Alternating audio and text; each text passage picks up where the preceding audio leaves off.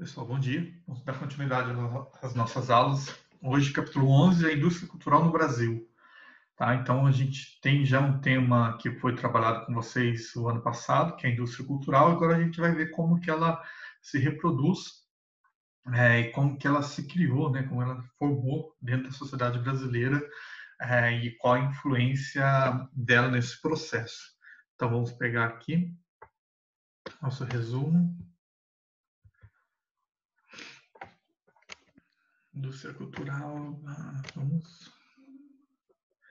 Então, nós temos aqui, então, a situação, né, para a gente seguir aqui o nosso resumo do capítulo 11, indústria cultural. Então, a gente tem que lembrar o seguinte, que o termo, né, da indústria cultural é formado pela condição ou pelos intelectuais da escola de Frankfurt, né?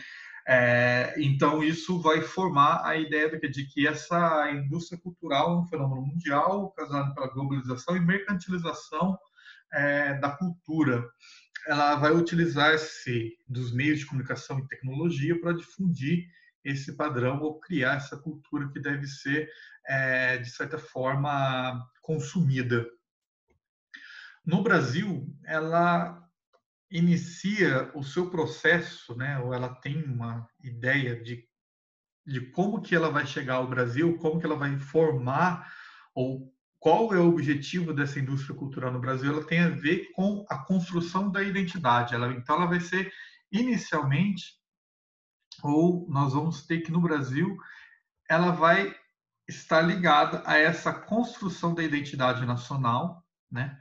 E a gente vai ver por quê, mas já adiantando, por conta da necessidade de criar essa ideia de heróis ou essa ideia de como que o Brasil era uma pátria ainda sem nenhum tipo de apego de identidade, né? Então, já desde a proclamação da República, a gente vai ter esse problema. E eu quero dizer para vocês que o texto que está aí na página 211, desculpe, nossa, 211, tá? Do Walter Benjamin, é extremamente importante, que ele vai dizer qual que é a ideia ou como que o rádio e o cinema ele mudam a perspectiva daquelas pessoas que assistem ou ouvem, né? Então, uma discussão rápida a ideia é o seguinte: o rádio e o cinema possibilita pessoas sem alfabetização ou analfabetos a verem ou a ouvirem a notícia. E qual que é a ideia dessa indústria cultural? É a massificação. Então, você tem um alcance maior, né, das pessoas que são atingidas por esse processo. E um dos intelectuais, o que funda a Escola de Frankfurt, um dos pensadores da Escola de Frankfurt, mas que funda o termo indústria cultural, que é o Adorno, ele vai dizer o seguinte, que a indústria cultural é um instrumento de dominação e imposição de valores e comportamento. Então, a gente tem a ideia do quê? De que essa indústria cultural ela vai fazer com que haja uma imposição cultural, uma imposição de comportamento, imposição de valores, e que isso é um instrumento de dominação. Se eu estou falando de instrumento de dominação, eu estou falando de uma classe dominante, que seria a burguesia detentora do capital, certo? E eu vou utilizar essa arte como um padrão e uma venda de uma determinada ideologia que eu quero que as pessoas sigam. Então, a função dessa indústria cultural não é tornar as pessoas críticas, mas fazer com que elas sigam cegamente uma determinada ideologia.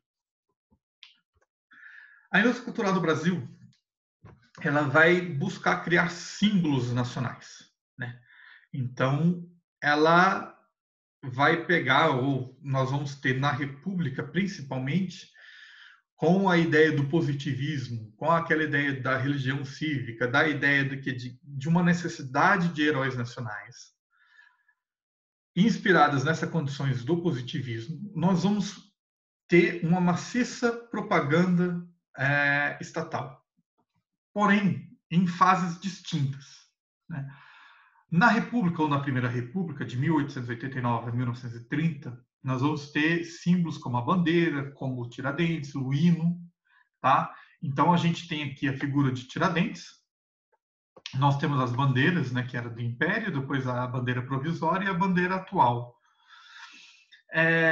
Nós temos os hinos, né, a questão do hino nacional, o hino da independência, não, o hino da República, o hino da bandeira.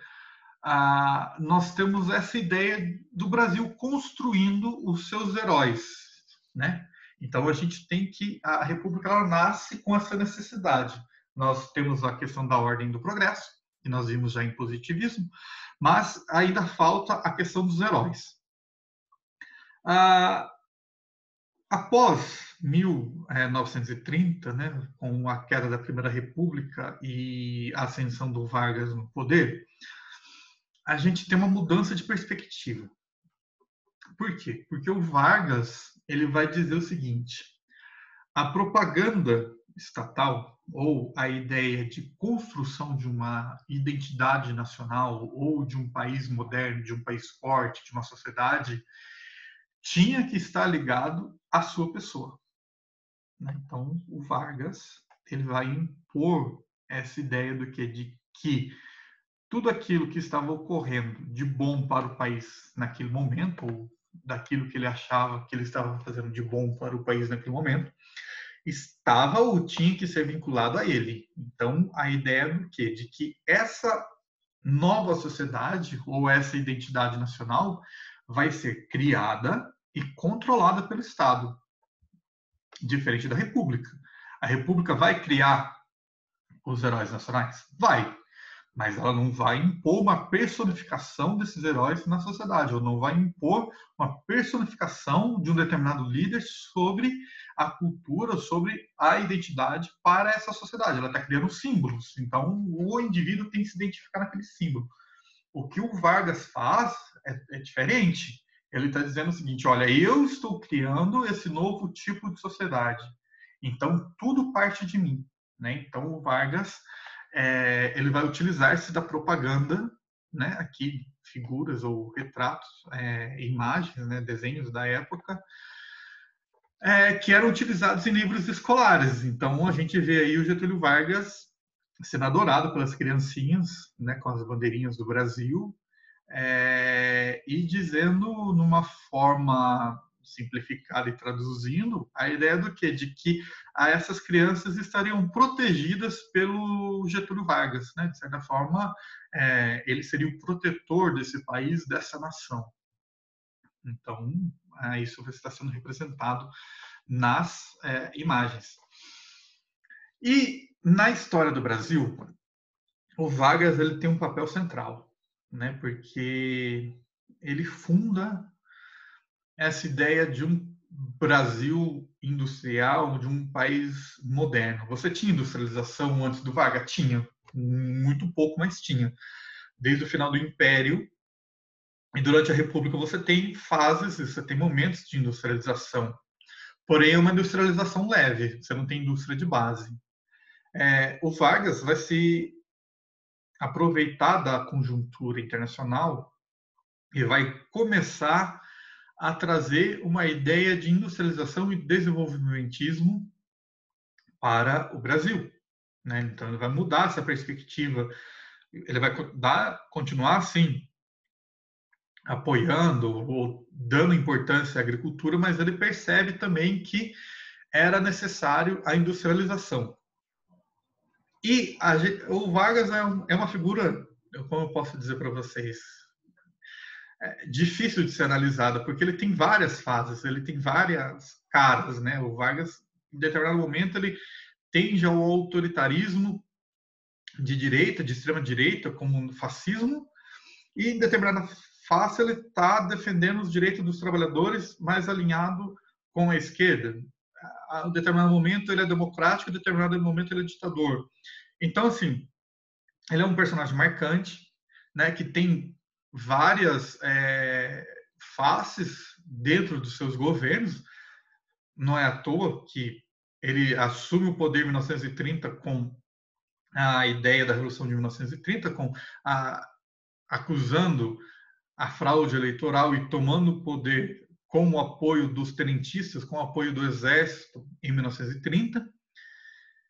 Ele assume prometendo uma nova Constituição e uma nova reforma política. Depois isso gera a revolta e a guerra de 1932. Ele só promove essa nova Constituição em 34. 1934, ele tem uma nova fase, que é o governo constitucional, aí sim ele está sobre uma Constituição, e em 37 é o Estado Novo, uma ditadura fascista, em que ele impõe as suas vontades. Então, ele tem essa característica, né? Ele é um político aí que marca a história do Brasil. Porém, no imaginário nacional, ele é conhecido pelo quê? Pelo ser o pai dos pobres. Tá? Então, a gente não pode fugir dessa perspectiva. Por quê?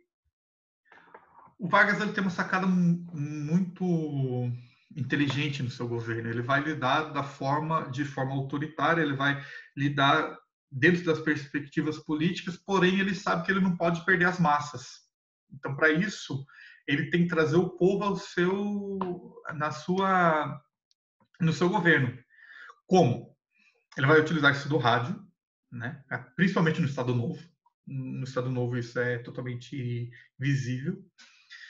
Mas ele vai pegar todas as reivindicações dos movimentos trabalhistas que existem desde a República e do final do Império, e ele vai começar a legislar isso até em 1943 ele criar a CLT, a Consolidação das Leis Trabalhistas. Então ele vai pegando reivindicações que existem em determinados movimentos operários e ele vai aplicando isso como uma legislação vigente, coisa que a República não fazia. A República ela resistia a fazer isso. O Vargas ele vai dizer assim, não, beleza, então vamos colocar essa nova ideia aqui ou essa reivindicação trabalhista. Ele vai colocando, ele vai adaptando essas reivindicações. Até que em 1993 ele cria uma legislação específica para isso. Mas veja, qual que é a ideia? Olha, veja só, até eu falei, né? Ele criou isso, mas na verdade o que ele fez? Ele pegou as reivindicações, ele legislou e ele colocou isso com as adaptações que ele pensava e disse: fui eu, Getúlio Vargas, estou dando essa legislação para vocês. Então vocês me devem obrigação, vocês me devem uma adoração. Então veja, olha só como Getúlio Vargas é bonzinho, né? O pai dos pobres, preocupados com o trabalhador, responsável, que cuida das crianças, que cuida do trabalhador do Brasil. Né? Isso é uma jogada política. Como que ele controlava essas massas de trabalhadores? Através do rádio. Em 1940, o Getúlio Vargas vai criar um programa, junto com o seu ministro do Trabalho, chamado A Voz do Brasil. Então, todo dia, às 7 horas da noite, tinha um pronunciamento do Getúlio Vargas. E ele começava o discurso falando trabalhadores do Brasil. Veja só. Então, qual que era a ideia? Rádio.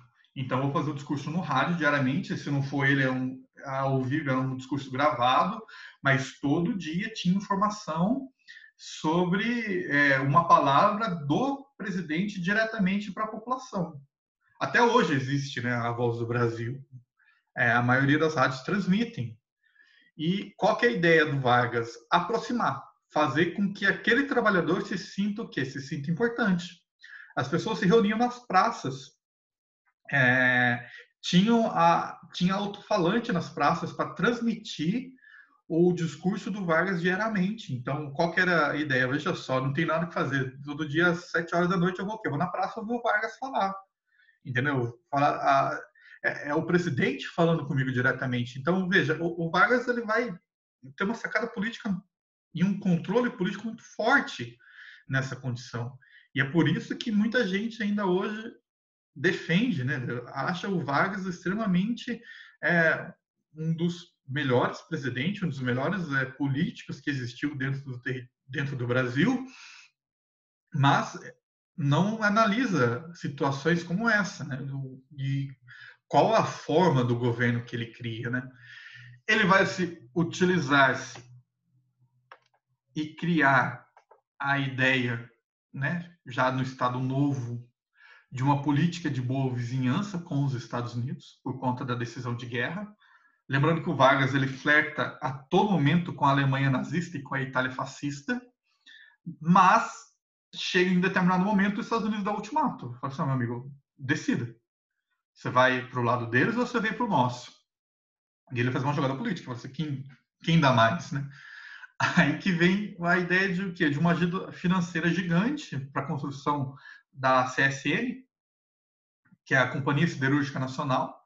Além disso, vem outros, como eu posso dizer, fatores econômicos que vão ajudar o Brasil a promover o seu parque industrial por conta dessa decisão de estar do lado dos aliados, e principalmente os estadunidenses. Então, junto com isso, você vai ter uma política ou a criação de uma imagem de um Brasil através do quê? Do samba e do futebol, né? E isso começa na década de 1930, ou no final da década de 1930, com o Estado Novo de Vargas. E o principal órgão é o DIP, Departamento de Imprensa e Propaganda, que, além de promover a condição ou essa propaganda do Brasil, ela também promove a censura. Por quê? Não sei se vocês gostam ou têm conhecimento ou, né, têm contato com a música, mas o samba, originalmente, ele surge nas comunidades, nas favelas do Rio de Janeiro, de São Paulo. Ele é uma música marginal, né? Ele é uma música não da elite, ele não é uma música condecorada. E ele está muito ligado à ideia do trabalhador e também à ideia do malandro, né? Então, assim, você tem que essas vertentes do samba. E qual que era o problema para o Vargas? Se eu tiver uma música que fala da imoralidade, que fale de como é fácil lograr a vida, o que eu estou fazendo? Eu estou desmoralizando o trabalhador. Então eu vou censurar o samba. O samba ele só pode, principalmente depois do Estado Novo, a ideia do samba para o Getúlio Vargas, o que ele tem que fazer? Ele tem que vangloriar as conquistas do trabalhador. Então ele começa a censurar esse tipo de música e promover essa música para os trabalhadores. Então o samba ele vai ser um instrumento utilizado pelo Vargas. Ele vai perder aquela característica de malandragem, mas ele vai ganhar o aporte estatal para promover o trabalhador. Então ele ganha essa dimensão, né? Exemplo disso é um samba chamado O Bonde de São Januário, né? Que a letra original diz: o bonde de São Januário leva mais um sócio otário, sou eu que vou trabalhar. Depois a música, o bonde de São Januário leva mais um trabalhador, sou eu quem vai trabalhar. Eu vou colocar quando eu for colocar a aula no Classroom, eu vou colocar a música original para vocês verem como que ela ficou, mas ela foi transformada como eu posso dizer, num instrumento de valorização do trabalhador pelo Vargas. Tá? E continuando, o Vargas ele tinha uma condição muito técnica. Qual que é a ideia? Para promover cultura e para promover essa perspectiva, ela vai colocar os intelectuais. O Gilberto Freire foi um ministro do Vargas, se não estiver enganado. Né? Então, ele vai dizer, olha, eu preciso de pessoas competentes para promover isso. Então, eu vou colocar esses intelectuais. Ele vai promover um grande processo de industrialização, mas só no Sudeste. Vai ser concentrado isso, ele vai trazer as indústrias de base. E ele vai pegar essas ideias do culto ao líder, desses regimes totalitários, e vai copiar essas propagandas no sentido do quê? De que tudo que está sendo criado, tudo que é benefício, tudo que existe dentro dessa nova sociedade, ou desse novo Brasil, é vinculado a ele.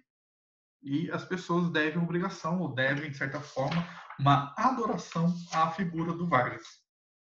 Né? Exemplo é isso aqui, ó. As leis sociais com que o atual governo, por iniciativa própria, tem procurado amparar as classes trabalhadoras deve constituir motivos de orgulho para os trabalhadores. Então, veja, essa primeira frase aqui, ele já diz o seguinte: olha, sou eu que estou dando todos os benefícios para vocês. Então, vocês vão ter salário mínimo, férias, 13º, porém, vocês não podem ser contra o governo.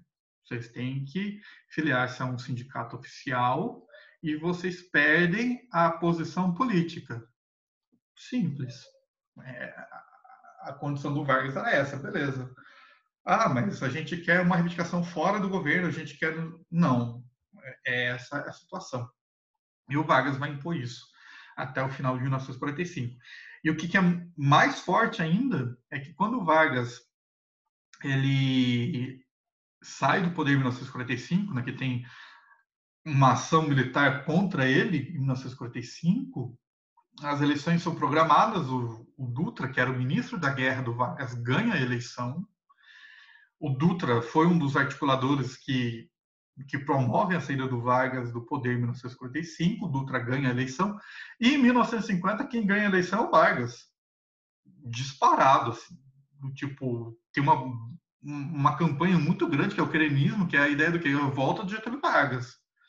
Porém, as condições são outras, né? Você já tem um contexto de Guerra Fria, e você tem uma questão de alianças e tal, até chegar ao suicídio. Mas, enfim, a ideia para vocês verem como que a força da figura do Vargas era muito forte. E você tem uma nova fase, né? Principalmente a partir da era do JK, o nosso querido Juscelino Kubitschek, a era do nacional desenvolvimentismo. Então, o Getúlio Vargas ele vai seguir a linha do Getúlio Vargas do nacional desenvolvimentismo. Então, a ideia era priorizar o desenvolvimento nacional com base nas indústrias. Então, ele vai ter esse plano de metas econômicas, os famosos 50 anos em 5, com educação, saúde, transporte, energia, indústrias de base. Então, o JK ele vai promover desenvolvimento, vai buscar trazer investimentos de fora para promover esses setores dentro da sociedade. Um dos acordos que ele faz e que a gente sofre as consequências disso até hoje é a indústria automobilística. Então a gente fala o seguinte: mas por que no Brasil a ferrovia ela não se tem investimentos em ferrovias? Por que em todos os outros países de tamanhos continentais utiliza-se ferrovias e não rodovia? Porque o Brasil fez uma opção política. Ele fez uma opção através do governo do Juscelino Kubitschek, por conta de atrair investimentos. Olha, as montadoras elas vêm para o Brasil, porém a gente precisa de estradas. Vocês precisam dar condições.